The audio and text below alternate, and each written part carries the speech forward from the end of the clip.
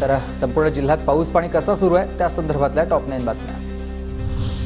राज्यात 4 दिवस मुसळधार पावसाचा इशारा। कोकणासह पुणे, मुंबई, ठाणे, कोल्हापूर, सांगलीत अलर्ट जारी।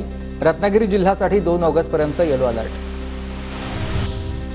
नाशिक जिल्ह्यात पुढील 2 दिवसात पावसाचा जोर वाढण्याची शक्यता। जिल्ह्याच्या घाटमाथा भागात शुक्रवारी येलो अलर्ट तर शनिवारी ऑरेंज अलर्ट। बळीराजाला आणखी दिलासा मिळणार आहे।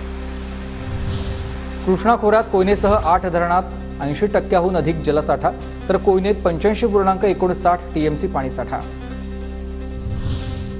सांगलीत कृष्णा नदीनं ओलांडली इशारा पातळी। नदी शेजारील मगरमच्छ कॉलनीमध्ये पाणी शिरलंय। 50 कुटुंबांमधील 250 नागरिकांचं स्थलांतर। नंदुरबारच्या नवापूरमध्ये नागरिकांच्या पाण्याच्या साठी आता चिंता मिटलेली आहे। शहराला पाणी पुरवठा करणारं रंगवली धरण 100% भरलंय। नंदुरबार जिल्ह्यातील धडगाव शहरात पावसाची हजेरी। 8 दिवसांच्या प्रतीक्षेनंतर पावसाला सुरुवात झाल्यानं शेती पिकांना फायदा। गोंदियात पावसामुळे 5 लाख क्विंटल धान खराब होण्याच्या मार्गावर आहे। गेल्या 7 महिन्यांपासून धानाची उचल रखडली। गोदामाची समस्या कायम।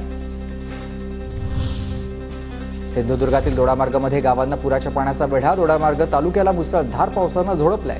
भेडशी पुलावर नदीचं पाणी आल्यानं 2 कार पुराच्या पाण्यात अडकल्या।